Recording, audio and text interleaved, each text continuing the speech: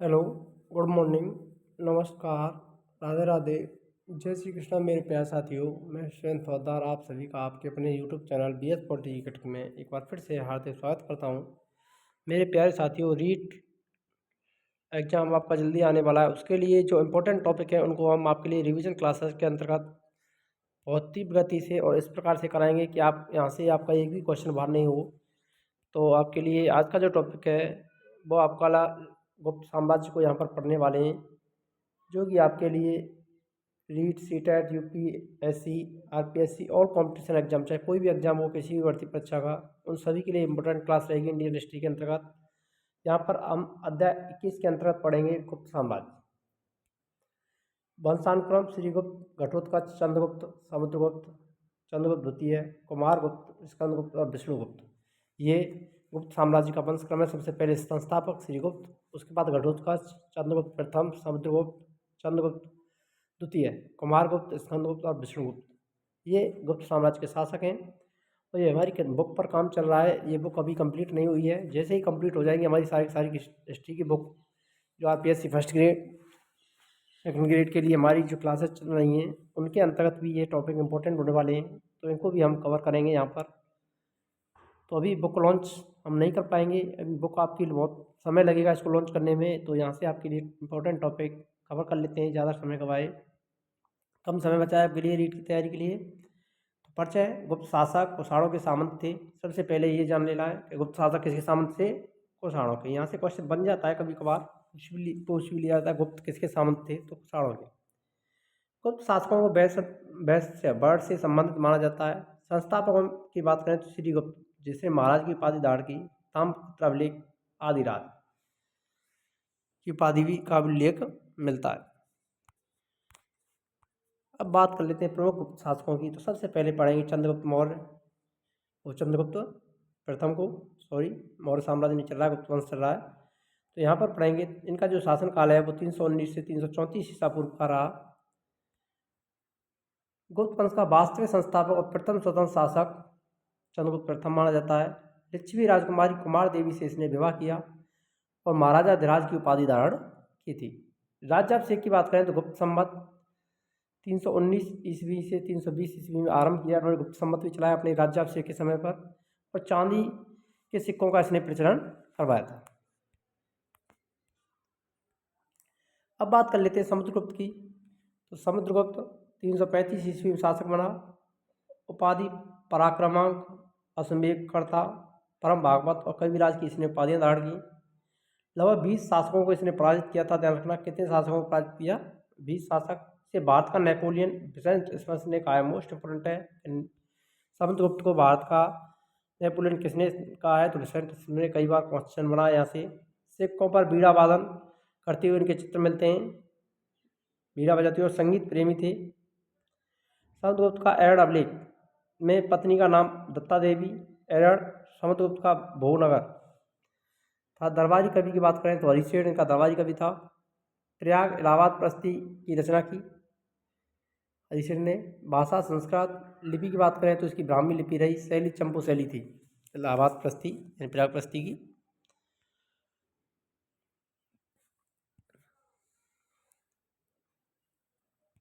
और एरड़ अभिलेख की बात करें तो यहाँ पर ये सती प्रथा का प्रमाण भी इस पर मिलता है। एरड़ अभिलेख 305 ईसा पूर्व का है, जिस पर सती प्रथा के प्रथम साक्ष्य भी मिलते हैं। अब बात करते हैं चंद्रगुप्त द्वितीय। 380 ईस्वी में शासक बना। गुप्त काल का स्वर्ण काल कहलाता है। उपाधियां इसने विक्रमादित्य की उपाधि धारण की शकों को पराजित करने के बाद में। उज्जैनी, पूर्वाधीश्वर, चंद्र, राम भागवत और सकादी आदि की उपाधि इसने धारण की थी। शकों का दमन करने के कारण सकादी की उपाधि धारण की थी। राजधानियों की बात करें, पाटलिपुत्र को पहली राजधानी बनाया और दूसरी राजधानी उज्जैन को बनाया इन्होंने।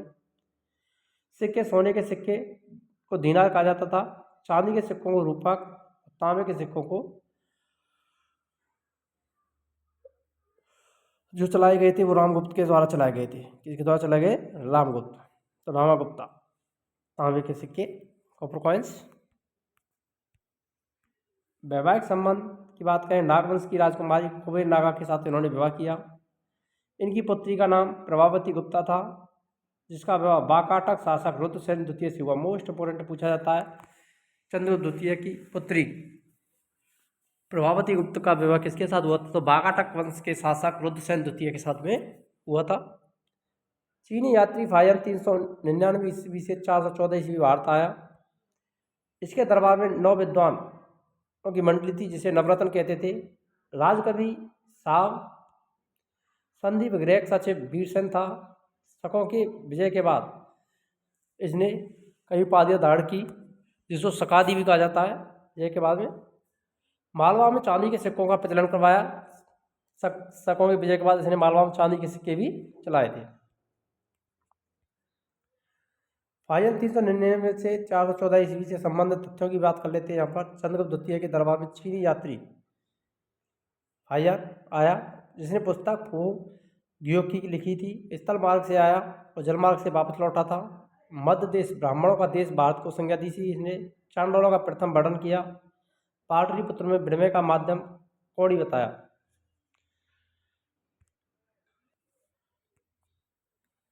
चंद्रगुप्त द्वितीय के नवरत्न यहाँ पर कवर करने वाले हैं। और नवरत्नों को याद करने की जो ट्रिक है, नवरत्न याद करने की जबरदस्त ट्रिक आपकी काला धन अमर शंकु का वेट घटा बार बार। मोस्ट इंपोर्टेंट ट्रिक है। अगर आपने ये एक बार याद कर ली तो चंद्रगुप्त द्वितीय के नवरत्नों को आप कभी नहीं भूलने वाले। काला धन अमर शंकु का वेट घटा बार बार। नवरत्न की बात करते हैं तो कालिदास, काला से बन जाता है कालिदास। धन से बन जाता है आपका धनवंतरी। अमर से बन जाता है अमर सिंह। सा से बन जाता है शंकु। बेट से बन जाता है बेताल भट्ट। घटा से बन जाता है घटपर्क। बाहर से बन जाता है बररुचि और बरामी। तो ये आपके आसानी से याद करने की ट्रिक है। एक ही बार में आपको ये याद हो गई। अगर आपने एक बार याद कर ली तो कोई दिक्कत नहीं आएगी। काला धन अमर शंकु का वेट घटा बार बार। तो देख लीजिए, कालिदास सर्व प्रमुख नवरत्न, धर्मंतरी चिकित्सक थे, ब्राह्मी खगोल शास्त्री और ज्योतिष के ज्ञाता थे, अमर सिंह कोषकार था। चंद्रगुप्त द्वितीय का कोषकार कौन था? अमर सिंह। डिक्शनरी निर्माणकर्ता भी थे। क्षणपणक की बात करें तो फलित ज्योतिषी, शंकु वास्तुकार, बेताल भट्ट जादूगर, घटपारक कूटनीतिज्ञ, बररुचि व्याकरणकार। काला धन छिपा अमर शंकु का वेट घटा बार बार। ध्यान रखना, काला धन छिपा अमर शंकु का वेट घटा बार बार। यहाँ पर आपको एक ये रह गया है, यहाँ पर छिपा और रह गया है तो ये छिपा आपको नोट कर लेना है। यहाँ पर छिपा और आएगा धन के बाद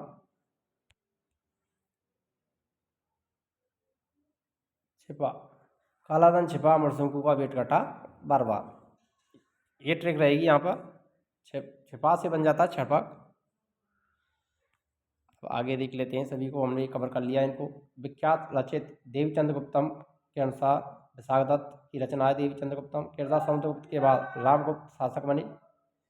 कुमारगुप्त प्रथम 415 से 455 ईस्वी।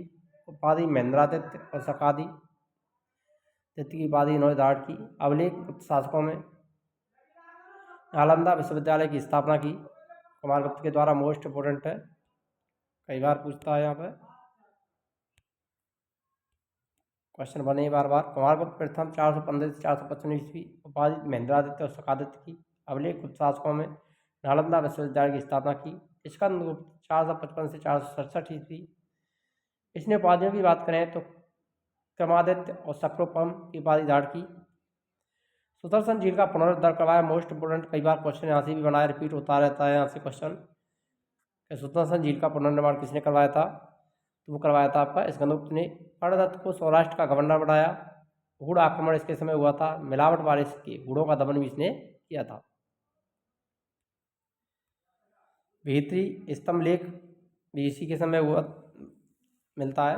भानुगुप्त की बात करें, भानुगुप्त एरड़ अभिलेख 510 ईस्वी से ज्ञात होता है कि भानुगुप्त का सेनापति गोपराज घोड़ों के विरुद्ध लड़ता हुआ मारा गया था। उसकी पत्नी सती हो गई थी। एरड़ अभिलेख सती प्रथा का प्रथम अभिलेख साक्ष्य है। मोस्ट इंपोर्टेंट है ये। अंतिम शासक की बात करें तो विष्णुगुप्त। गुप्तकालीन राजनीतिक व्यवस्था अब देख लेते हैं। यहाँ पर शासकों को हमने पढ़ लिया। गुप्तकालीन राजनीतिक व्यवस्था किस प्रकार की थी? प्रशासनिक संरचना, देश भक्ति, विषय, पेट और ग्राम। तो 5 भागों में बटा हुआ था प्रशासनिक व्यवस्था को। देश, भक्ति, विषय, पेट और ग्राम। ग्राम सबसे छोटी इकाई थी। ग्राम का मुखिया ग्रामपति ग्रामक कहलाता था। पेट का मुखिया पेटपति, विषय का मुखिया विषयपति और भक्ति का उपरिक्त, और देश का गोपना या गोपपत्री कहलाता था। शासक का प्रमुख राजा, राजत्व का देवीकरण। गुप्तकालीन प्रमुख मंत्री की बात करें तो कुमारमात्य सर्वोच्च प्रशासनिक अधिकारी होता था। महाधर्म राय युद्ध और न्याय के सर्वोच्च अधिकारी। दंड पार्श्विक सर्वोच्च पुलिस अधिकारी कहलाता था। महासंधि विग्रह शांति और वैश्विक नीति का सर्वोच्च अधिकारी, मोस्ट इंपोर्टेंट है। यहाँ से हमेशा क्वेश्चन आपके मैचअप में पूछे जाते हैं, मिलान भी पूछा जाता है, सही या सत्य भी पूछा जाता है, कौन किसका अधिकारी था। महाबलाधिकृत सेना का सर्वोच्च अधिकारी कहलाता था। अग्रहारिक दान विभाग का सर्वोच्च अधिकारी। ये केंद्रीय प्रशासनिक व्यवस्था थी। गुप्तकालीन समाज, अब यहाँ पर ये प्रांतीय शासन को भी देख लेते हैं एक बार। यहाँ पर नाम, भक्ति, अवनी, प्रमुख उपरिक्त, राजकुल से संबंधित। नोट, गुप्त काल में कायस्थ नामक नए वर्ग का उदय हुआ। कार्य, लेखा जोखा रखना। कायस्थ शब्द का प्रथम उल्लेख याज्ञवल्क्य स्मृति में मिलता है। गुप्तकालीन समाज, बड़ व्यवस्था का प्रचलन, जन्म आधारित। हाईयान ने चांडाल का उल्लेख किया। ब्राह्मणों को ग्रामदान दिए गए। शूद्रों की स्थिति में इस काल में सुधार हुआ था। नारद स्मृति में 15 प्रकार के दासों की सूची मिलती है। मोस्ट इंपोर्टेंट है, यहाँ से क्वेश्चन बन सकता है कि गुप्त काल में 15 कितने प्रकार के दासों का उल्लेख मिलता है। तो 15 प्रकार के दासों का उल्लेख मिलता है नारद स्मृति में। स्त्रियों की स्थिति, पुराण सुनने का अधिकार था। पर्दा प्रथा, सती प्रथा, नियोग प्रथा और बाल विवाह का प्रचलन था। स्थिति की बात करें, दयनीय स्थिति, स्त्री को पुरुष के निजी संपत्ति माना जाता था। देवदासी प्रथा का उल्लेख मिलता है। गुप्तकालीन अर्थव्यवस्था, भूराजस्व कुल उत्पादन 1/4 भाग से 1/6 भाग हुआ करता था। गुप्त काल में बलाश्रम विधि को राज्य के लिए एक आय स्रोत माना जाता था, जिससे जनता द्वारा दिया जाने वाला कर भी माना जाता था। आर्थिक उपयोगिता के आधार पर भूमि के प्रकारों की बात करें तो क्षेत्र, एरिया, कृषि करने योग्य भूमि। वास्तु, वास करने योग्य भूमि वास्तु कहलाती थी। चारागाह भूमि, पशुओं के चारा योग्य भूमि। सिल, ऐसी भूमि जो जोतने योग्य नहीं थी। मोस्ट इंपोर्टेंट है, यहाँ पर आपको ध्यान देना है। सिल क्या थी? ऐसी भूमि जो जोतने योग्य नहीं थी। और ये भी अभ्रत, ऐसी भूमि जो जंगली होती थी। इनको आपको दो ध्यान देना। इनको तो आप आसानी से पहचान सकते हैं, लेकिन सिल और अभ्रत कैसी भूमि थी? ऐसी सिल ऐसी भूमि जो जोतने योग्य नहीं थी। अभ्रत ऐसी भूमि जो जंगली होती थी। यहाँ से इसी प्रकार के क्वेश्चन ढूंढे जाते हैं। ऐसे ही शब्द आते हैं, आपको आजकल के एग्जाम में देखने को मिलते हैं। तो इन पर आपको विशेष फोकस करना है। सिंचाई के लिए रहट यानी घंटी यंत्र का प्रयोग होता था। श्रेणी के प्रधान को ज्येष्ठा कहा जाता था। गुप्त काल में उज्जैन सर्वाधिक महत्वपूर्ण व्यावसायिक केंद्र था। गुप्त राजाओं ने सर्वाधिक स्वर्ण मुद्राएं जारी की। इनकी स्वर्ण मुद्रा को अभिलेखों में दीनार कहा गया है। गुप्तकालीन धर्म, राजकीय धर्म वैष्णव, राजकीय चिन्ह गरुड़ था। भगवान विष्णु का सबसे लोकप्रिय अवतार वराह और त्रिमूर्ति पूजा। गुप्तकालीन साहित्य की बात करें तो शूद्रक द्वारा लिखा गया नाटक मृच्छकटकम और माटी की खिलौना गाड़ी, जिसमें निर्धन ब्राह्मण के साथ वैश्या का प्रेम लड़ित है। यह प्राचीन नाटकों में सर्वोत्तम कोटि का माना जाता है और गुप्तकाल को स्वर्णयुग भी कहा जाता है। गुप्तकालीन साहित्य का स्वर्णयुग भी कहलाता है। कालिदास का अभिज्ञान शाकुंतलम विश्व की 100 उत्कृष्टतम साहित्यिक कृतियों में से एक है। इसमें राजा दुष्यंत और शकुंतला के प्रेम की कथा का चित्रित है, जिनका पुत्र भारत प्रसिद्ध राजा हुआ।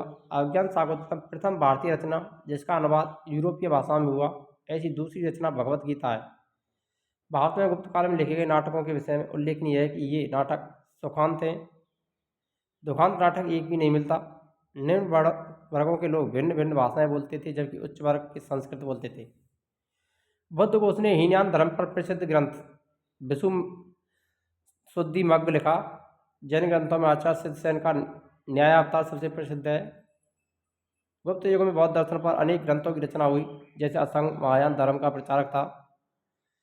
वसुबंधु अभिधर्म कोश लिखा, जिसमें बौद्ध धर्म के मौलिक सिद्धांतों का प्रतिपादन किया गया है। यदि अभी तक आपने वीडियो लाइक किया तो वीडियो लाइक करें, शेयर करें, और चैनल पर नए हो तो चैनल को सब्सक्राइब करना ना भूलें। यहाँ पर आपके लिए सभी कॉम्पिटिशन एग्जाम की तैयारी आपके लिए निःशुल्क कराई जाएगी हमारे यूट्यूब चैनल BS पॉलिटी जी के ट्रिक पर। अब गुप्त काल में पंचतंत्र साहित्य की बात करें तो मित्रभेद, मित्रलाभ, संधि विग्रह, लाभ प्रणाशय, अपरिचित कारित्व, गुप्त काल में विष्णु शर्मा द्वारा लिखित पंचतंत्र संस्कृत को संसार का सर्वाधिक प्रचलित ग्रंथ माना जाता है। बाइबल के बाद इसका स्थान दूसरा है। इसे 5 भागों में बांटा गया है और ये 5 भाग हैं: मित्रभेद, मित्रलाभ, संधि विग्रह, लाभ प्रडास और अपरिचित कार्य।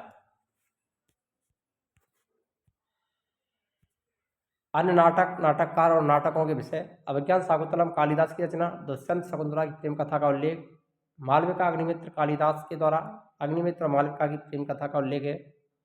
विक्रम और उर्वशी, ये भी कालिदास के द्वारा लिखा गया। सम्राट पुरूरभा और उर्वशी अप्सरा की प्रेम कथा का उल्लेख मिलता है। मुद्रा राक्षस विशाखदत्त की रचना है। चंद्रगुप्त मौर्य के मगध सिंहासन पर बैठने की कथा का उल्लेख है। मोस्ट इंपोर्टेंट है, कई बार पूछा है यहाँ से क्वेश्चन। मत्स्यकटकम शूद्रक की रचना है। न्यायक चारुदत्त व नायिका असंत सेना की कथा। 7 में राजा, ब्राह्मण, ज्वारी, व्यापारी, वैश्य, चोर और धूर्तराष्ट्र का भी वर्णन मिलता है। देवी चंद्रगुप्तम विशाखदत्त की रचना। चंद्रगुप्त द्वारा शकराज का वध कर ध्रुव स्वामिनी से विवाह करने का वर्णन मिलता है। चारुदत्तम भास की रचना है। नायक चारुदत्त मूलतः भास की कल्पना है। स्वप्न वासवदत्ता, ये भी भास की रचना है। महाराज उदयन और वासवदत्ता की प्रेम कथा का उल्लेख किया गया है। गुप्तकालीन वास्तुकला। अजंता में निर्मित कुल 29 गुफाओं से वर्तमान केवल 6 ही शेष बची हैं, जिनमें गुफा संख्या 16 और 17 ही गुप्तकालीन है। इनमें गुफा संख्या 16 में उकेरी गई मरणासन राजकुमारी का चित्र प्रशंसनीय है। गुफा संख्या 17 चित्र को चित्रशाला भी कहा जाता है। इस चित्रशाला में बुद्ध के जन्म, जीवन, महावीर निष्क्रमण, परिनिर्वाण की घटनाओं से संबंधित चित्र किए गए हैं। अजंता की गुफाएं बौद्ध धर्म की महायान शाखा से संबंधित हैं। गुप्त काल में निर्मित अन्य गुफा बाघ की गुफा है, जो बाघ जिला धार मध्य प्रदेश में स्थित है। विंध्य पर्वत को काटकर बनाई गई। मंदिर बनाने की कला का जन्म गुप्त काल में ही हुआ। मोस्ट इंपोर्टेंट है, मंदिर बनाने की कला का विकास किस काल में हुआ था? गुप्त काल में। अब बात करते हैं प्रसिद्ध गुप्तकालीन मंदिर और उनके स्थानों की। मंदिर और स्थिति। एरड़ का विष्णु मंदिर, एरड़ सागर मध्य प्रदेश में। यहाँ से हमेशा क्वेश्चन बनते रहते हैं। वेरी वेरी इंपॉर्टेंट फैक्ट है, आप इसका स्क्रीनशॉट भी ले सकते हैं।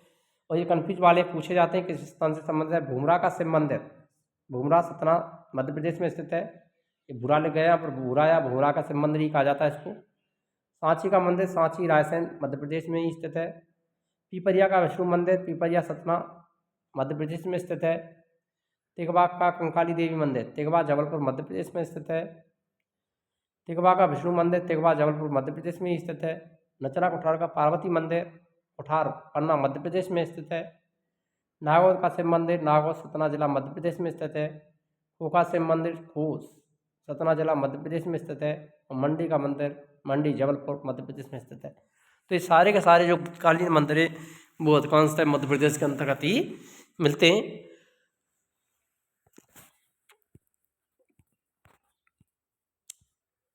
अब गुप्तकालीन विज्ञान और प्रौद्योगिकी को देखते हैं। आर्यभट्ट का जन्म 499 ईसा पूर्व पटना में हुआ। आर्यभट्ट का प्रसिद्ध ग्रंथ आर्यभट्टियम। उनके अन्य ग्रंथ 10 गीतकम सूत्र, आर्यष्टाशतक। आर्यभट्ट ने पृथ्वी को गोल बताया, उनकी परिधि का अनुमान लगाया। आर्यभट्ट ने दशमलव प्रणाली का विवेचना की। आर्यभट्ट का शून्य और दशमलव सिद्धांत सर्वथा नए दिन है। ब्राह्मीण 550 ईस्वी। आर्यभट्ट के बाद दूसरा प्रसिद्ध गुप्तकालीन गणतज्ञ और ज्योतिषी ब्राह्मीण है। उनके 6 ग्रंथ मिलते हैं। पंच सिद्धांतिका, विवाहपट्टल, योग, बृहत संहिता, बृहत जातक और लघु जातक। और बृहत संहिता को अधिकांशतः पूछा जाता रहता है। रामगुप्त 598 ईसा पूर्व रामगुप्त भी गुप्तकालीन गणतज्ञ थे। उन्होंने ब्रह्म स्फुटिक सिद्धांत ग्रंथ की रचना की। रामगुप्त ने बाद में खंड खाद्य और ध्यान ग्रह की रचना भी की। चिकित्सा की बात करें, धन्वंतरि आयुर्वेद का प्रसिद्ध विद्वान था। इसे चंद्रगुप्त विक्रमादित्य की राजसभा का सदस्य माना गया है। गुप्त काल का प्रसिद्ध रसायन शास्त्री और धातु विज्ञान वेत्ता भी नागार्जुन था। अगर आपको वीडियो चली गई तो वीडियो लाइक करें, शेयर करें और चैनल पर नए हो तो चैनल को सब्सक्राइब करना ना भूलें। मिलते हैं नेक्स्ट वीडियो में नए टॉपिक के साथ। तब तक के लिए जय हिंद, राधे राधे, जय श्री कृष्ण।